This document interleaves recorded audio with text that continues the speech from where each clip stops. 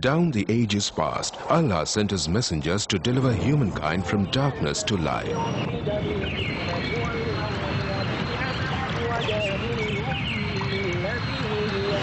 That's also the ongoing mission of Islamic Research Foundation, or IRF, spreading the truth of Allah's final message to mankind. Founded in 1991, IRF today offers some of the best services and facilities in the world for presenting an understanding of Islam in an objective and scientific way. Its programs are primarily focused on correcting misconceptions and promoting understanding of Islam. IRF also imparts Dawah training to Da'is to aptly convey the message of Islam. Dr. Zakir Naik, president of IRF, reaching out across countries worldwide, from America to Europe to Africa to Asia to Australia, strives to clarify Islamic viewpoints. He dispels the many media myths and anti-Islamic prejudices propagated the world over by anti-Islamic forces.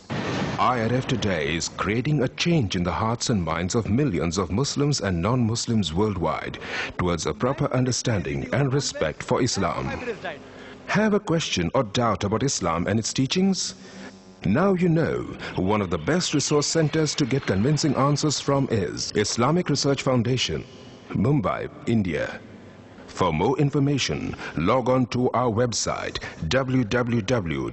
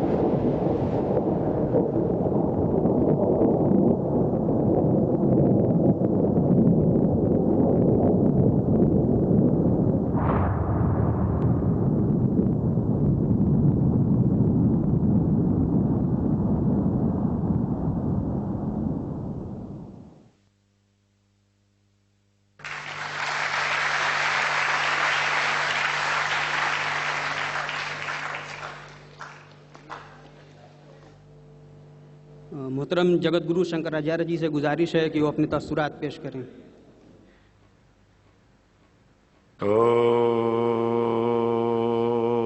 नमः शिवाय। ओम नमः शिवाय। ओम नमः शिवाय। इस महान कार्यक्रम के आयोजक गण, आगंतुक अतिथिगण एवं धर्म प्रेमी सज्जनों,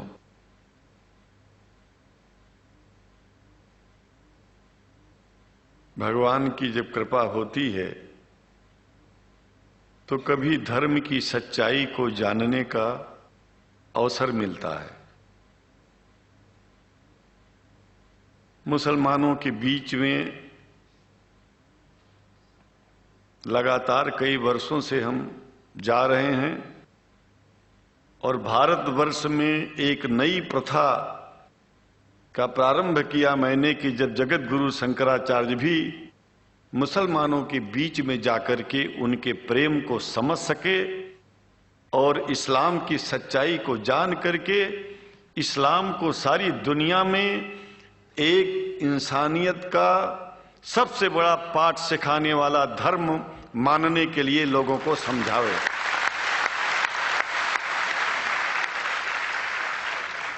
जब लोग इस्लाम को बेदर्द, मुसलमान को बेदर्द, तलवार के जोर पर चलने वाला धर्म बताते हैं तो अगर शायद धरती में कोई दुखी होता होगा तो सबसे ज्यादा दुख मुझको होता है। ये न सच्चाई है और न कभी ये सच्चाई हो सकती है। जिस इस्लाम ने पहला कलमा ही कुरान शरीफ का ये बताता है कि नहीं है इबादत के काबिल सिवाय परमात्मा के और कोई, ला इलाहा इल्लल्लाह मोहम्मद रसूल अल्लाह। भला आप बताइए, वेदों का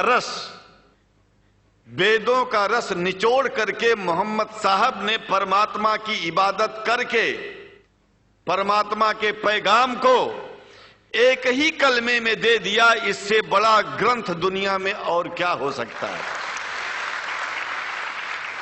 अगर कुरान के पहले कलमे को ही पढ़ करके हिंदू अपने धर्म का पालन करना चाहे तो उससे बड़ा धर्मात्मा शायद कोई नहीं होगा। कुरान को हमने गहराइयों में जा करके तो नहीं अनुभव किया, लेकिन कुरान के मानने वालों के हृदय की गहराइयों में जाके देखा कि अगर इस्लाम को पूरी दुनिया अगर स्वीकार कर ले तो इसमें कोई बुराई नहीं है। इस्लाम परमात्मा के द्वारा बताया गया सिद्धांत है। इस्लाम किसी व्यक्ति का अपना नियम नहीं है, अपना सिद्धांत नहीं है। कुछ लोग भेदभाव पैदा करने के लिए इस धरती पर मुसलमानों को बेदर्द कह देते हैं, इस्लाम को बुरा कह देते हैं। मैं कहता हूं उनसे बुरा इस दुनिया में कोई नहीं है। वो शैतान के बच्चे हैं, खुदा के बच्चे नहीं हैं। क्योंकि जहां तक मेरी अपनी पहुंच है, हमने वेदों को पढ़ा, पुराण को पढ़ा, शास्त्रों को, हिंदू धर्म ग्रंथों को पढ़ा। उसके बाद में मुसलमानों के बीच में जाना शुरू किया। हमने मुसलमानों से हाथ मिलाया तो हमारा विरोध किया गया। ये अंडा खाने वालों से हाथ मिलाते हैं, शंकराचार्य कैसे हैं? अरे हमने कहा कि तुम्हारी समझ में नहीं आ रहा है। वो 5 बार इबादत कर लेते हैं खुदा की, तुम घास खाते हो और एक बार भी इबादत नहीं करते हो, तो तुमसे बड़ा अधर्मी दुनिया में कौन है? तुम अपने अधर्म को देखो। किसी के पवित्रता के सिद्धांतों का विरोध करना पहला अधर्म है। आप क्या खाते हैं, कैसे रहते हैं, अगर हमें आप दुखी नहीं करते हैं तो आपसे बड़ा इंसान दुनिया में कोई नहीं है। हम घास खाएं और आपके दिल को चोट पहुंचाएं तो हमसे बड़ा अधर्मी कोई नहीं है दुनिया में। कहने का तात्पर्य सिर्फ एक है कि मैंने ये अनुभव किया है कि ये मैं एक बात जो मैंने देखा है, आप लोगों से जो प्रेम मुझे मिलता है, लोग पूछते हैं कि आप मुसलमानों में क्यों जाते हो, आप तो शंकराचार्य हो। हमने कहा कि भाई मुसलमानों से पूछो कि हमसे इतना प्रेम क्यों करते हैं। वो हमसे जो प्रेम करेगा हम तो जाएंगे। कहा फिर क्या हम प्रेम नहीं करते क्या? हमने कहा कि हम तो तुम्हारे बीच में पैदा हुए और तुम मुसलमानों से प्रेम नहीं करते, इसलिए हम तुमसे प्रेम नहीं करते। मैं आप लोगों के बीच में आकर के एक बात बताता हूं। कुछ समय से हिंदू धर्म के नाम पर कुछ संस्थाएं हिंदू मुसलमानों में भेद पैदा करने के लिए कुछ ऐसा कार्य किया जिसकी वजह से आम हिंदू, सीधा साधा हिंदू बेचारा जान ही नहीं पाता है इस्लाम क्या है और सनातन धर्म क्या है। सनातन धर्म और इस्लाम में कोई भेद नहीं है और हिंदू धर्म तो कोई धर्म ही नहीं है। सनातन धर्म धर्म है और शायद जो संस्कृत का सनातन शब्द है, अगर किसी भाषा में उसको इस्लाम कहा जाए तो कोई बुरी बात नहीं है। इस्लाम और सनातन में कोई भेद नहीं है, क्योंकि परमात्मा एक है, परमात्मा सबका है। यह संदेश ऋषियों मुनियों ने दिया और यही संदेश परमात्मा का भेजा हुआ संदेश स्वयं हमारे मोहम्मद साहब ने इस पैगाम को हमको दिया। तो हम भेदभाव क्यों करें? यहां पर भारत का मुसलमान, एक बात बिल्कुल मैं स्पष्ट बता रहा हूं आपसे, अगर भारत का मुसलमान सो गया तो भारत सो जाएगा। इसलिए भारत को जगाना है तो मुसलमानों को जागते रहना पड़ेगा। भारत जाग जाएगा, पूरी दुनिया जाग जाएगी। यह भी मैं जानता हूं कि भारत के सच्चे हिंदुओं को, जो सच्चे सनातन धर्मी हैं, उनको मुसलमानों से प्रेम चाहिए, उनको मुसलमानों से भेद नहीं चाहिए। अगर कोई अच्छा हिंदू है, सच्चा हिंदू अपने को कहता है, तो पहले तो सनातन धर्म को मानता हो। अगर हिंदू की परिभाषा सनातन धर्म से हट करके कोई परिभाषा है, तो ऐसे हिंदू धर्म को मैं तिलांजलि देता हूं। हिंदू धर्म कुछ नहीं है। फिर हिंदू धर्म वही है जो वेद को माने, पुराण को माने और सनातन को माने। सनातन धर्म धर्म है, और उस धर्म को न मान के अपनी एक नई व्यवस्था चलाना शुरू कर दे, इसका मतलब यह है, और नाम भगवान का ले। एक बात और बता देता हूं, भगवान कोई आदमी की तरह नहीं है कि रोज रोज नियम बदलेगा। रोज रोज नियम बदलना आदमियों का काम है। हमारे पूर्व प्रधानमंत्री साहब, मुझे दुख होता है कभी कभी, यद्यपि लोग ये न समझ बैठे कि मैं उनका विरोधी हूं। विरोधी नहीं हूं, लेकिन उनको खुद सनातन धर्म की परिभाषा नहीं आती है। विदेश में जाकर के हिंदू धर्म की गलत परिभाषा कर दी है, और हमको सबको ये दुख हुआ कि किस स्कूल में जाके पढ़े हैं। ये धर्म के बारे में बिना पढ़े हुए धर्म के बारे में बोलना गलत है। पहले धर्म को जान लेना चाहिए, फिर धर्म के बारे में बोलोगे तो प्रेम फैलेगा, शांति फैलेगी, इंसानियत सारे चारों तरफ, चारों दिशाओं में इंसानियत का प्रकाश होगा। और मैं तो कहता हूं कि अगर शंकराचार्य लोग सब मिलकर के इस विचार में स्थित हो जाएं कि सनातन धर्म वो धर्म है जो इस्लाम से अलग नहीं, इस्लाम वो धर्म है जो सनातन से अलग नहीं, और जो भेद पैदा होता है या राजनीति में होता है, साम दाम दंड भेद, ये राजनीति में है, धर्म में नहीं है। धर्म में है एको ब्रह्म द्वितीयो नास्ति, एकमेव द्वितीयम ब्रह्म ला इलाहा इल्लल्लाह। ये धर्म कहता है, ये धर्म की बात है। इसलिए हम भगवान की आराधना करते हैं, उपासना करते हैं।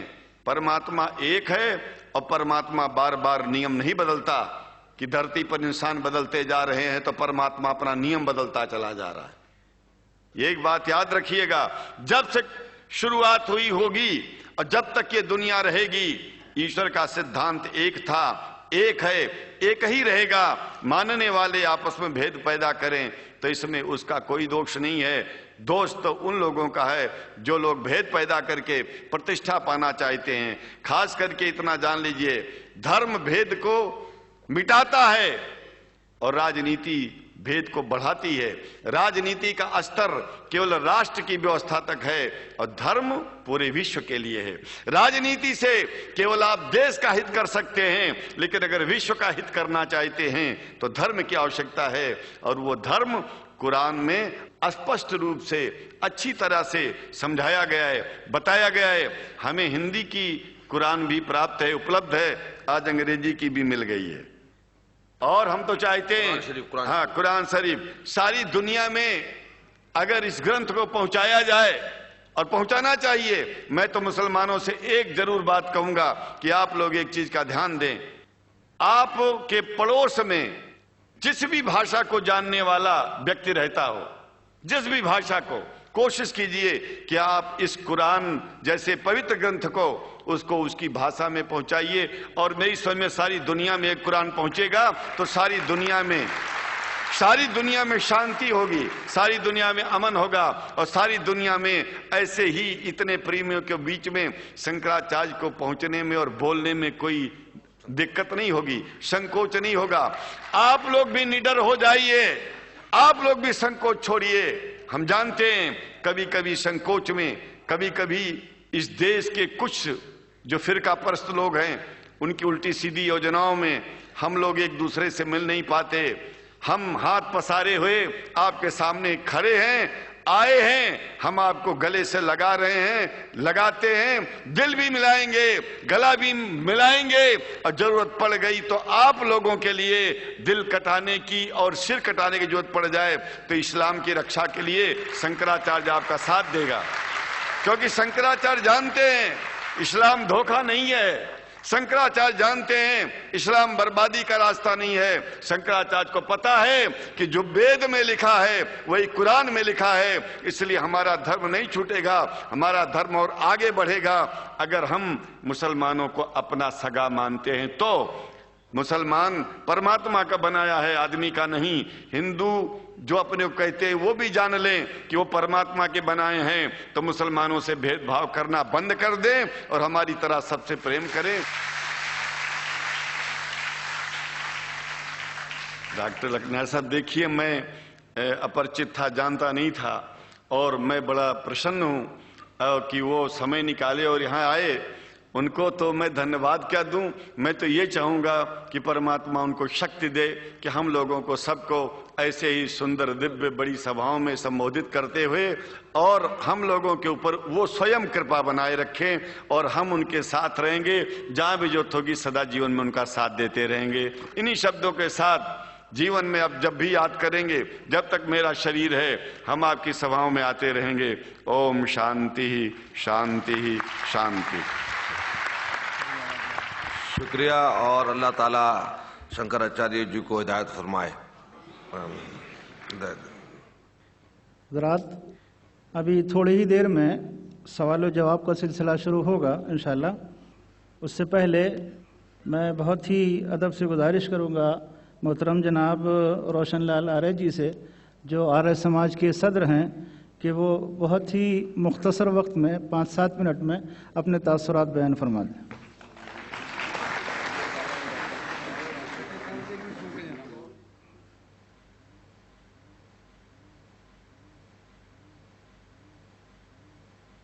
ओम नमः शंभवाय च मयोभवाय च नमः शंकराय च महेश्वराय च नमः शिवाय च शिवतराय च। आज की सभा के सदर अध्यक्ष और मंच पर विराजमान सभी महान विभूतियाँ, इस सभा के संयोजनकर्ता और भाइयों और बहनों, मुझे आपके बीच में आकर के बहुत खुशी हो रही है कि हम सभी एक परिवार के मेंबर के रूप में यहाँ पर इकट्ठे हुए हैं। मुझे हमारे भाई हलीम साहब ने और इनके 2 साथियों ने मिलकर के आपके बीच में आने का न्योता दिया, निमंत्रण दिया, और यहाँ का जो एजेंडा जो मैं समझ पाया, कई बार एक ही बात को अलग अलग एंगल से आदमी समझता है।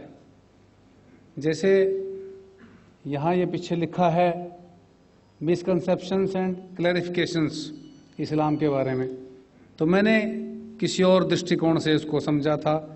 जबकि मैं आया तो यहाँ जो हमारे शायद डॉक्टर जाकिर साहब बोल रहे थे, नायक साहब, वो कुछ बातों को स्पष्ट कर रहे थे। तो जो हमारी अपनी अपनी ज़रूरतें हैं, हमारी जो अपनी स्टेज है, उसके मुताबिक ही किसी बात को डिफाइन किया जाता है। हमारे एक कथा आती है कि प्रजापति के पास असुर, मनुष्य और देवता तीनों गए उपदेश लेने के लिए कि हमें उपदेश दीजिए कि हमें क्या करना चाहिए। तो प्रजापति ने तीनों को एक ही शब्द कहा। तीनों आए बारी बारी, मनुष्य को भी कहा दय, देवताओं को भी कहा दय, असुरों को भी कहा दय। वो कहने लगे एक ही बात कह दी सबके लिए, तो अलग अलग बात क्या हुई? तो फिर उसको परिभाषा की गई, उसको डिफाइन किया गया, समझाया गया कि जो मनुष्य है उसमें बहुत बड़ी कमी रहती है कि वो अपनी चीज किसी दूसरे को देना नहीं चाहता। एक कंजूसी कहीं ना कहीं उसके अंदर छुपी बैठी रहती है मनुष्य में, और जो उस कंजूसी से हट जाता है, जो सबके लिए देता है, जो सबको अपना परिवार समझता है, वो उसी मायने में देवता बन जाता है।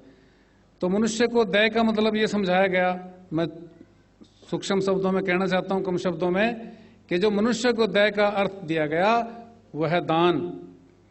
आदमी को दान करना चाहिए अपने हिस्से का, सिर्फ अपना पेट ना पाले, बल्कि जो अपने हिस्से से दूसरे को दे सकता है वही मनुष्य है। मनुष्यता की एक शब्द में पहचान। और देवताओं की क्या पहचान है, उनको भी दया कहा गया। उनके लिए क्या उपदेश है? देवता को कहा गया दया। देवता कौन है? जिसके पास बहुत बड़ा साधन है, जो देने की स्थिति में है। उस देवताओं को क्या करना चाहिए? वो बड़े विषय भोगों में अपने जीवन के अपने लिए खर्च करने में लगे रहते हैं, तो उनको ये कहा गया कि तुम अपने ऊपर कंट्रोल करो, सेल्फ कंट्रोल, दमन करो अपने आप को।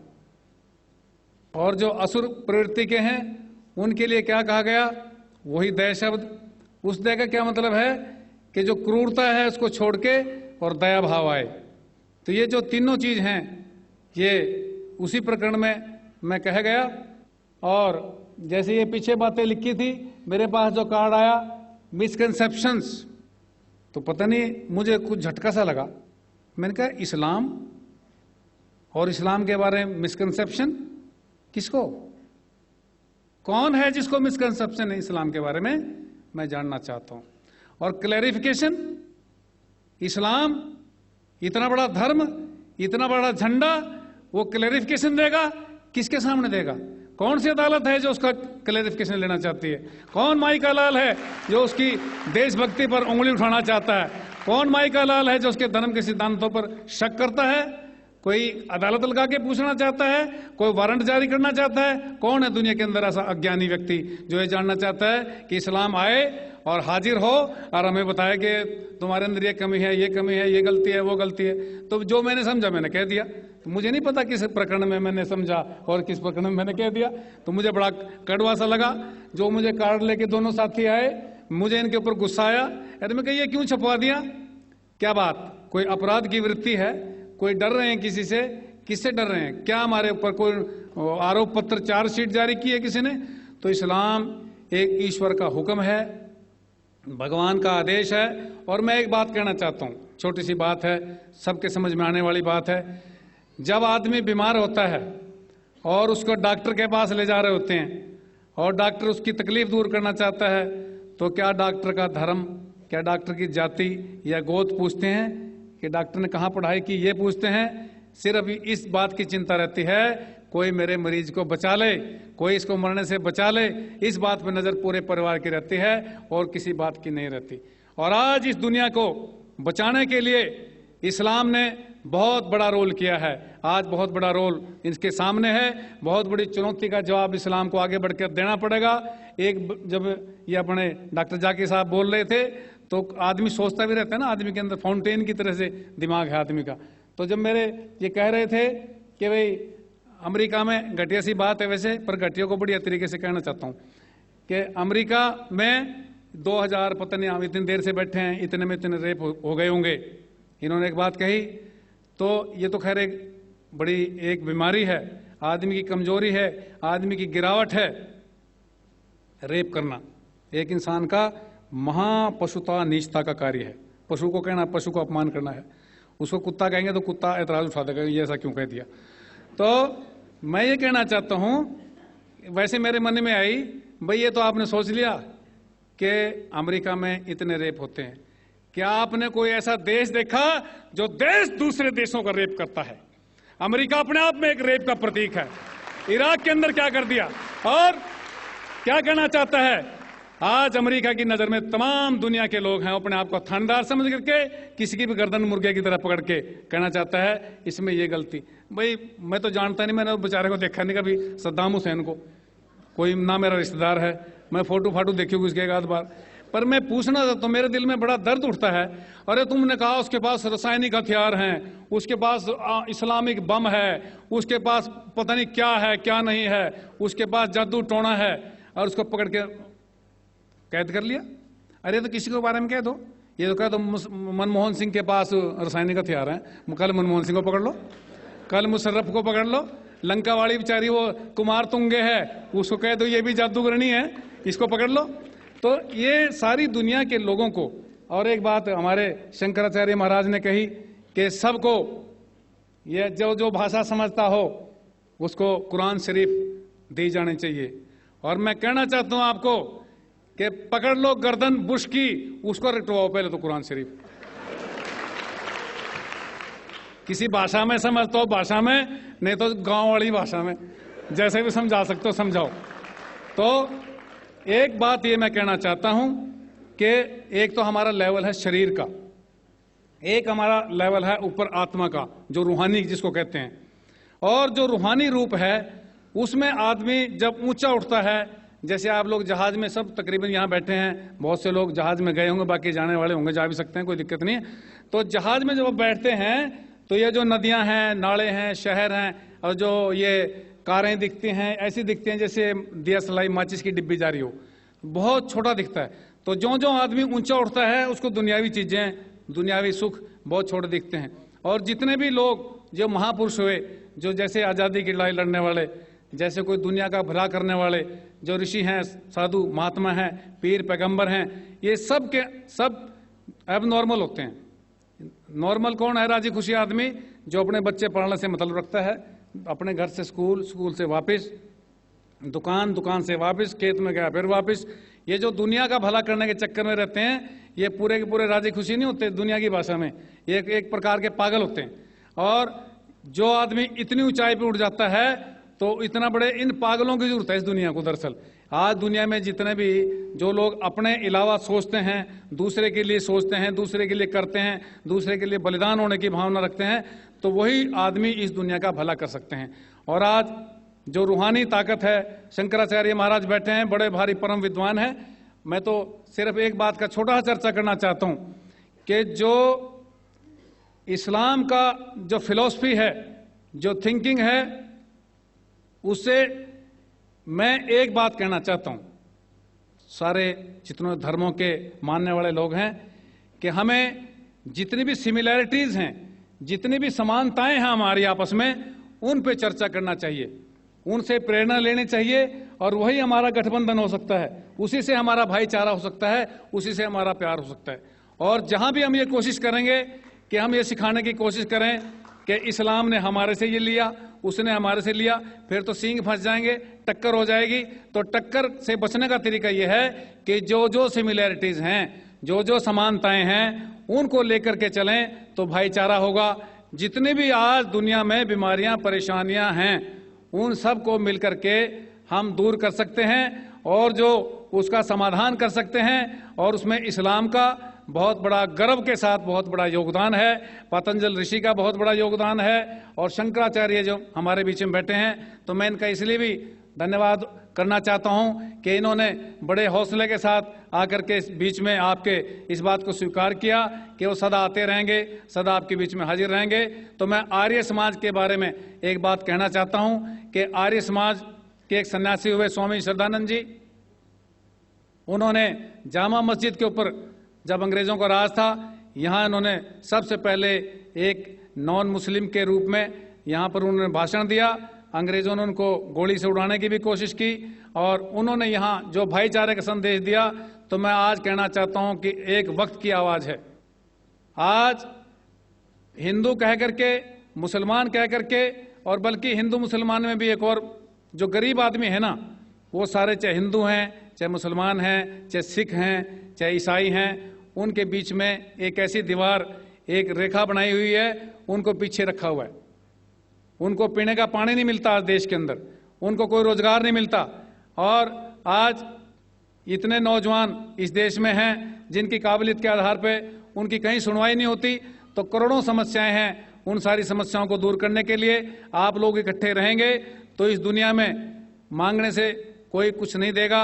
आप अपने अंदर ताकत पहचानो, बहुत बड़ी ताकत आपके पास है। उस ताकत को लेकर के इस देश को एक सही दिशा देना और भाईचारे को बढ़ाना, और सारी दुनिया की जिम्मेदारी आप लोगों के ऊपर है। और जो हजरत मोहम्मद साहब ने सारी दुनिया के लिए संदेश दिया, किसी एक आदमी के लिए नहीं दिया। उन्होंने जो अमृत की वर्षा की है वो प्राणी मात्र के लिए की है। आओ उस अमृत को पहचानें, उसको धारण करें, और सारी दुनिया की भलाई करने के लिए हम सब इकट्ठे होकर के भाईचारे की ताकत को लेकर आगे बढ़ें।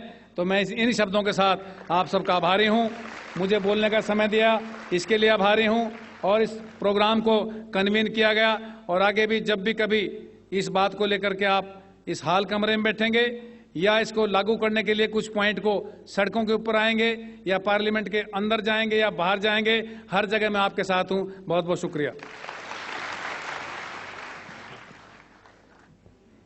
हजरात इत्मीनान के साथ तशरीफ़ रखें। अब सवाल जवाब का सिलसिला शुरू होगा, और उसके सिलसिले में गुजारिश ये है कि डॉक्टर साहब ने जिस उन्वान पर ख़िताब किया है उसी खिताब से मुताल्लिक़ आपके जहन में जो सवाल हो वो करें, गैर मुताल्लिक़ सवाल मत कीजिएगा।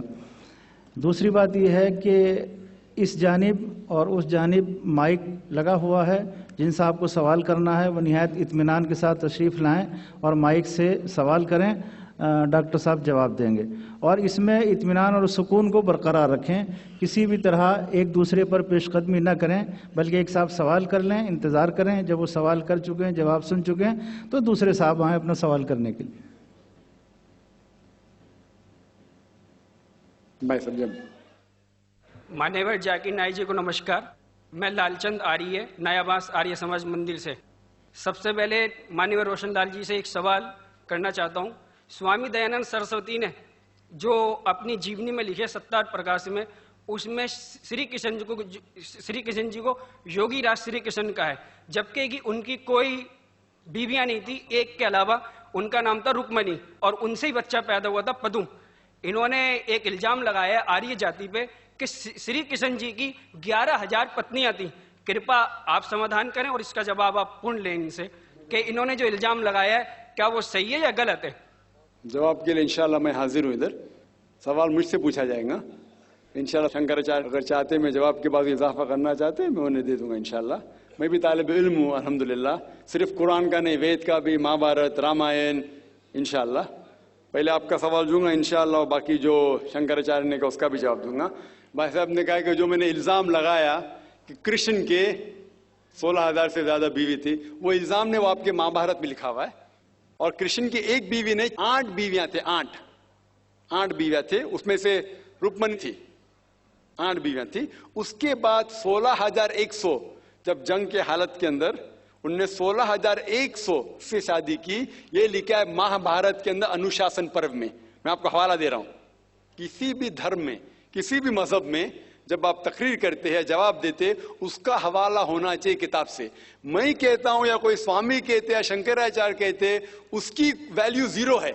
मैं कुछ कहता हूं इस्लाम में, उसकी वैल्यू 0 है। मैं हवाला दूंगा कुरान और सही हदीस का।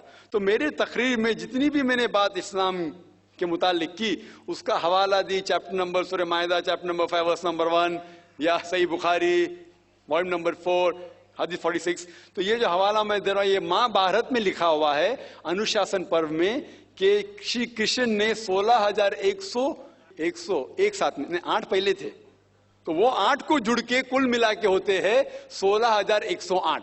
तो 16,100 साथ में उन्होंने की, वो जंग के हालत में जब कई लोग मारे गए, तो उस हालात में तो ये इल्जाम नहीं, हकीकत है। अगर आप समझते ये गलत है तो आपको महाभारत में नहीं मानना चाहिए। और जो लोग ने अभी तकरीर किए, मैं तकरीर के बाद माशाअल्लाह जब शंकराचार्य ने कहा और शुरू किया, उन्होंने पूरी तकरीर में एक अरबी की आयत की तिलावत की, आयत या अरबी बोलें कलमे की तिलावत की, और एक संस्कृत की तिलावत की। और कई लोग ने जब उन्होंने कहा ला इलाहा इल्लल्लाह मुहम्मद रसूलुल्लाह, जब उन्होंने कहा कलमे शहादत ला इलाहा इल्लल्लाह मुहम्मद रसूलुल्लाह, बहुत लोग ने ये समझा होगा कि जो कह रहे हैं शंकराचार्य वो मुसलमानों को बहलाने के लिए कह रहे होंगे। उनकी क्या नियत थी अल्लाह वालम, मैं नहीं जानता, मैं उनकी नियत के ऊपर शक नहीं कर सकता हूं। लेकिन क्योंकि मैं तालिब इल्म हूं इस्लाम और दिगर मज़ाहिब का, मेरे दिमाग में फौरन जो वो कह रहे थे कि ये एक कलमा वेद का निचोड़ है, पुराना का निचोड़ है, जो वो कह रहे थे, फौरन मेरे दिमाग में वो श्लोका याद आने लगे। और शंकराचार्य बिल्कुल सही कह रहे थे। उनकी नीयत क्या थी अल्लाह आलम, लेकिन वो बिल्कुल सही कह रहे थे कि अगर आप हिंदू मजहब की किताब पढ़ेंगे, उन्हें सही कहा कि हिंदू मजहब, ये नाम जो हिंदू है ये ब्रिटिशर्स ने दिया है, अंग्रेजों ने दिया। ये हिंदू लफ्ज जो है अंग्रेजों ने दिया है, सही नाम होना चाहिए वेदांती से सनातन धर्म। ये हिंदू जो नाम है ये हिंदुइज्म अंग्रेजों ने दिया। हिंदू नाम सबसे पहले पर्शियन लोग ने जब आए थे हिमालय के जरिए, और जो अरब लोग आए थे हिंदुस्तान में, उन्होंने नाम हिंदू दिया। और आप इंसाइक्लोपीडिया ब्रिटानिका में पढ़ेंगे वॉल्यूम नंबर 20 रेफरेंस नंबर 581, उसमें कहा गया है कि Hinduism is a group of beliefs for people living in India. तो हिंदुइज्म जो लफ्ज है ये अंग्रेजों ने दिया है, सही लफ्ज होना चाहिए सनातन धर्म। और बिल्कुल सही है कि सबसे ऊंची किताब हिंदुइज्म में वेद और उपनिषद पुराना, अगर आप पढ़ेंगे छंदोग्य उपनिषद अध्याय 6 सेक्शन नंबर 2 श्लोका नंबर 1, उसमें लिखा गया है एकम एविदित्यम, भगवान एक ही है, दूसरा नहीं है। श्वेताश्वेतार उपनिषद में लिखा हुआ है अध्याय 6 श्लोका नंबर 9 में, नाचस्य कशिज जनिता न चदीपा, ये संस्कृत कोटेशन है, इसके मानी होते कि उस भगवान का कोई रब नहीं है, ना कोई वालदेन है, उसका ना कोई पालने वाला है, ना वालिद है ना वालदा है। आगे आप पढ़ेंगे लिखा हुआ है श्वेताश्वेतार उपनिषद में अध्याय 4 श्लोका नंबर 19 में, न तस्य प्रतिमा अस्ति, उसके जैसा कोई भी नहीं है। और सारे किताबों में से जो सबसे ऊपर किताब है, जिस तरह शंकराचार्य ने कहा, वो है वेद। और 4 वेद है, ऋग्वेद, यजुर्वेद, सामवेद और अथर्ववेद। यजुर्वेद में लिखा हुआ है अध्याय 32 चैप्टर नंबर 32 श्लोका नंबर 3 वर्स नंबर 3 में लिखा है, न तस्य प्रतिमा अस्ति, उसका ना कोई अक्ष है, ना कोई बुत है, ना कोई तस्वीर है। उस भगवान का ना अक्ष है, ना तस्वीर है। और आगे लिखा हुआ है यजुर्वेद में अध्याय 40 श्लोका नंबर 9 में, अंधात्म प्रविशंति या असम्मुति उपास्ते। अंधात्म अंधकार, प्रविशंति मतलब अंदर जाना। वो लोग अंधकार में जा रहे हैं जो लोग असंभूति की पूजा करते हैं। असंभूति मतलब कुदरती चीजें, हवा, आग, पानी। जो लोग कुदरती चीजें की पूजा करते हैं वो अंधकार में जा रहे हैं। और आगे श्लोका कहता है कि वो लोग और गहरे अंधकार में जा रहे हैं जो लोग संभूति की पूजा करते हैं। संभूति मतलब बनाई हुई चीजें, मतलब टेबल, चेयर, गाड़ी, बुत, ये जो बनाई हुई चीजें हैं उसकी अगर पूजा कर रहे हैं तो और अंधकार में जा रहे हैं। और आप पढ़ेंगे ऋग्वेद, चारों वेदों से सबसे ऊंचा वेद है ऋग्वेद। ऋग्वेद में लिखा हुआ है जिल्द नंबर 1, बुक नंबर 1, किताब number 1, him number 164 shloka number 46, एकम सत विप्र बहुधा वदान्ते, जिसके मानी है सच एक है, सच्चाई एक है, भगवान एक है।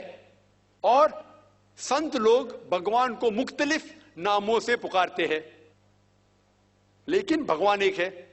और जो उनने संस्कृत में श्लोक पढ़ी वो आदि श्लोक थी, पूरी श्लोक में पढ़ूंगा इंशाअल्लाह। वो श्लोक जो उन्हें पढ़ी वो ब्रह्म सूत्र है, हिंदुइज्म के ब्रह्म सूत्र है। एकम ब्राह्म द्वितीया नास्ते, आदि पढ़ी, पूरी है। एकम ब्राह्म द्वितीया नास्ते, नहना नास्ते नास्ते किंचन, जिसके मानिए भगवान एक ही है, दूसरा नहीं है, नहीं है, नहीं है, जरा भी नहीं है।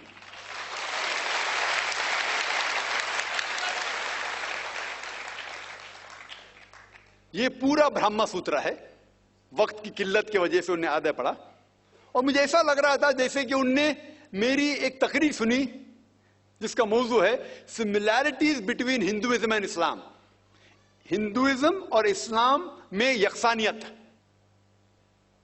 ये हो गया पहले पाठ कलमा का, ला इलाहा इल्लल्लाह, ना कोई माबूद है अल्लाह के सिवा। अब दूसरे पाठ है मोहम्मद सल्लल्लाहु अलैहि वसल्लम, मोहम्मद रसूलुल्लाह, मोहम्मद सल्लल्लाहु अलैहि वसल्लम रसूल है। और अगर आप पढ़ेंगे, इसके ऊपर एक तकरीर में दी है सिर्फ मोहम्मद सल्लल्लाहु अलैहि वसल्लम के बारे में जिक्र दीगर मज़ाहिब की किताबों में, खुसूसन हिंदुइज्म के। और अगर आप पढ़ेंगे पुराना का जिक्र किया उन्होंने, भविष्य पुराना में पर्व 3 खंड 3 अध्याय 3 श्लोका 5 to 8, उसमें लिखा हुआ है कि एक मलेच्छा आएगा, मलेच्छा मतलब फॉरेनर, बाहर का कोई शख्स आएगा, उसका नाम होगा मोहम्मद। वो अपने साथियों के साथ आएगा, जिसका मतलब साहबियों के साथ, और वो लोग को सही दिशा दिखाएगा और राजा भोज उनको इज्जत देंगे। आगे पढ़ेंगे आप भविष्य पुराना पर्व 3 खंड 3 अध्याय 3 श्लोका 10 से लेके 27 तक। उसमें लिखा हुआ है कि ये शख्स आर्य धर्म को फैलाएगा, सच्चा धर्म को फैलाएगा, और इस शख्स के मानने वाले दाढ़ी उगाएंगे, सिर पे शेंडी नहीं रखेंगे, लोग को नमाज के लिए बुलाएंगे, एक इनकिलाब दुनिया में लेके आएंगे, गोश्त खाएंगे लेकिन सुअर का गोश्त नहीं खाएंगे, और ये सच्चाई फैलाएंगे, उनका नाम है मुसलमान। ऐसे कई मोहम्मद सल्लल्लाहु अलैहि वसल्लम का जिक्र भविष्य पुराना में है, ऋग्वेद में है, सामवेद में है, अथर्ववेद में है, और खुसूसन अगर आप पढ़ेंगे पुराना में भी है, जिसका नाम है कल्कि पुराना। और कल की पुराण अगर आप पढ़ेंगे अध्याय 2 chapter number 2 verse number 4, 5, 7, 11 and 15, जिसका भागवत पुराण में भी जिक्र है, volume number 2 verse number 18 to 25, 18 से 25 तक, जिसमें कल की पुराना का जिक्र है। कल युग में एक शख्स आएंगे जिसका नाम है कल की। उनके वालिदा का नाम है सुमति और वालिद का नाम है विष्णु यास। सुमति के मानी अमन, अमन करने वाली। और हम जानते हैं कि हमारे पैगंबर, आखिरी पैगंबर सल्लल्लाहु अलैहि वसल्लम के वालिदा का नाम था आमिना, जिसका मतलब है अमन फैलाने वाले। और विष्णु यास मतलब भगवान की इबादत करने वाला। और हम जानते हैं मोहम्मद सल्लल्लाहु अलैहि वसल्लम के वालिद का नाम अब्दुल्ला था। इस तरीके से मोहम्मद सल्लल्लाहु अलैहि वसल्लम के आने का जिक्र कल की पुराना में है और भागवत पुराना में भी है। तो इस बुनियाद पर ये पूरी तकरीर कर सकता हूं मैं 2 घंटे के लिए, 4 घंटे के लिए, सिर्फ मोहम्मद सल्लल्लाहु अलैहि वसल्लम का जिक्र हिंदू मज़ाहिब की किताबों में। अभी वक्त नहीं है, लेकिन ये दोनों जोड़ के जो शंकराचार्य ने बिल्कुल सही कहा, ला इलाहा इल्लल्लाह मोहम्मद रसूलुल्लाह, के निचोड़े का ना कोई माबूद है अल्लाह के सिवा और मोहम्मद सल्लल्लाहु अलैहि वसल्लम के पैगंबर है। लेकिन आखिरी में हमारे मोहतरम शुएब साहब ने कहा कि अल्लाह उन्हें हिदायत दे, और मैं भी अल्लाह ताला से दरखास्त करता हूं कि अल्लाह उन्हें हिदायत दे। ना ही सर कटाने की इस्लाम के लिए, इस्लाम के ऊपर अमल करने के। हो सकता है कि काफी चीज पर अमल करते होंगे, लेकिन मुकम्मल जिस तरीके से कहा गया है उनके वेद के अंदर कल की पुराना में, एक शख्स आएंगे जो आपको सीधी रास्ता दिखाएंगे। वो जिक्र है कल की के बारे में, जो जिक्र है मोहम्मद सल्लल्लाहु अलैहि वसल्लम के बारे में, और उन्हें इस्लाम की किताबें पढ़ी अल्हम्दुलिल्लाह सुम्मा अल्हम्दुलिल्लाह। और इंशाअल्लाह मैं भी दुआ करता हूं कि अल्लाह ताला शंकराचार्य को हिदायत दे। तो जो भी सवाल का जवाब है अल्हम्दुलिल्लाह किताबों के हवाले से होना चाहिए, वो सही जवाब है। Yes sister, do you have any question? Yes sister, most welcome. हाँ, मेरा नाम लीला है, मैं जेएनयू से आई हूँ।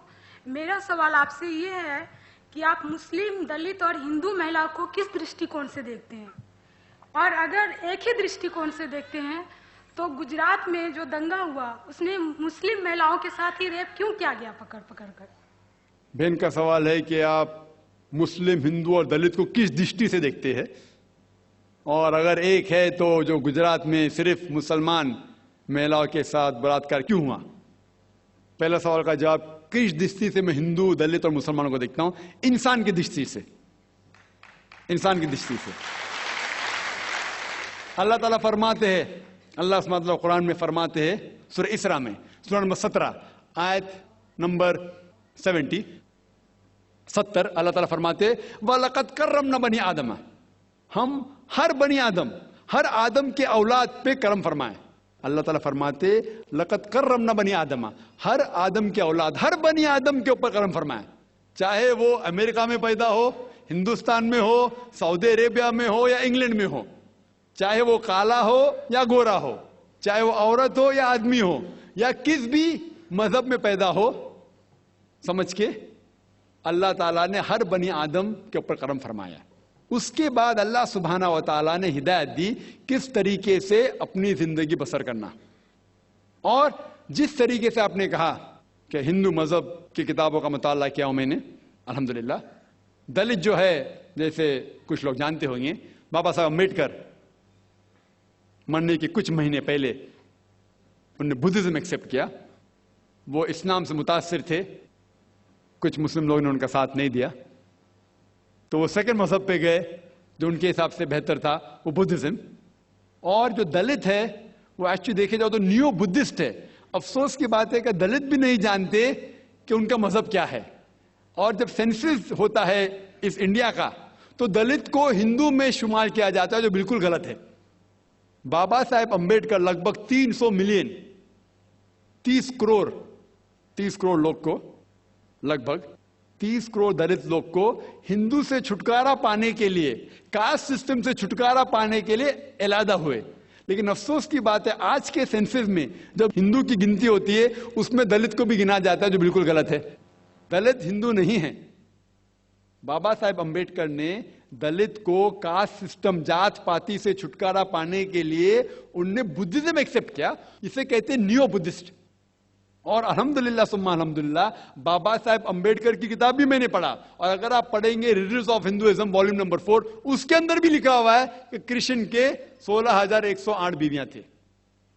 बाबा साहेब अंबेडकर ने हिंदू मजहब किताब का काफी मुताला किया, और उसके बाद उसने कहा कि कास्ट सिस्टम गलत है। और सिर्फ बाबा साहेब अंबेडकर ने भी नहीं, मिसाल के तौर पर राजा राम मोहन रॉय, वो भी कास्ट सिस्टम के खिलाफ थे। जस्टिस आना डे, राजा राम मोहन रॉय बंगाल से थे, जस्टिस आना डे बंबई के थे। ये सब वो हिंदू रिफॉर्मर्स, और उन्होंने कहा कि हमें उपनिषद और वेद की तरफ आना चाहिए। और स्वामी दयानंद सरस्वती जो आर्य समाज शुरू किए, उनका भी नजरिया था कि वेद की तरफ आना चाहिए, वो सही धर्म है। तो मेरा नजरिया यह है कि मैं हिंदू धर्म की किताब पढ़ चुका हूं अल्हम्दुलिल्लाह, बाबा साहब अम्बेडकर की किताब पढ़ चुका हूं, और मैं कुरान की उस आयत के ऊपर अमल करता हूं, सूरह इमरान सूरह नंबर 3 आयत नंबर 64, तालो इला कलमतिन सवाइम बैन बैनकुम, आओ हम आपस में उस बात पे सहमत हो जो हम में यकसा है, और उसके ऊपर अमल करें। जिस तरीके से स्वामी ने कहा कि जो यकसा है, और जो आखिरी के मुकर्रर ने कहा जो यकसा है दिगर मज़ाहिब के, उस बात को लो, लेकिन सिर्फ जिक्र मत करो, उसके ऊपर अमल भी करो। सारे मजहब की किताब, चाहे हिंदू मजहब हो या सिख मजहब हो या ईसाई मजहब हो या यहूद मजहब हो, सारी मजहब की किताब ये कहते हैं कि भगवान एक है, अल्लाह एक है, उसके ना कोई इमेज है ना कोई तस्वीर है। और हर मजहब का मुताला करेंगे, हमें यह पता चलेगा कि ईश्वर भगवान अल्लाह एक ही है, उसके अलावा कोई नहीं है। और इन मजहब की किताबों में हिंदुइज्म, जुडाइज्म, क्रिश्चियनिटी, इन सब में मोहम्मद सल्लल्लाहु अलैहि वसल्लम के आने का भी जिक्र है। तो मैं उन लोगों से ये बात कर रहा हूं, अगर आप अपनी मजहब की किताब पढ़ेंगे तो आप और करीब आएंगे। और इस्लाम के मानी क्या है? इस्लाम मानी अपनी सारी ख्वाहिशें अल्लाह के ख्वाहिश पे निछावर करना, और जो शख्स अपनी ख्वाहिश अल्लाह की ख्वाहिश या भगवान के ख्वाहिश में निछावर करता है उसे कहते हैं मुस्लिम। ये मेरा नजरिया है।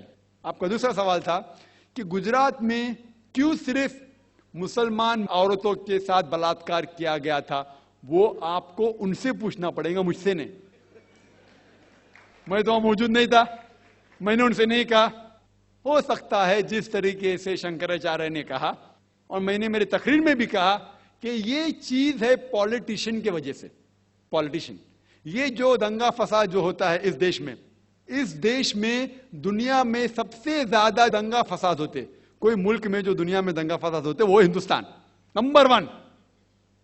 और इसके मेन कारण है ना कि हिंदू मुस्लिम में झगड़ा है, मेरे हिसाब से मेन कारण है पॉलिटिशियन, क्योंकि उनका मेन मकसद है कि वोट इकट्ठा करने के लिए वो दंगा फसाद करते हैं, मजहब का इस्तेमाल करते। इसी तरीके से गुजरात में ये दंगा फसाद करने के लिए कई दलितों का सहारा लिया, उनको भड़काया गया। उनका मेन मकसद था कि वोट जीतना। जिस तो शंकराचार्य ने कहा कि वोट जीतने के लिए, मैंने क्यों कहा कि 100% पॉलिटिशियन खराब है, अक्सर कहता हूं, अक्सर, ज्यादातर। और ये इसीलिए ये दंगा फसाद होता है वोट के बुनियाद के लिए। अगर ये पॉलिटिशियन की जो ये वोट बैंक निकाल दे तो इंशाअल्लाह हिंदुस्तान में भी अमल होगा।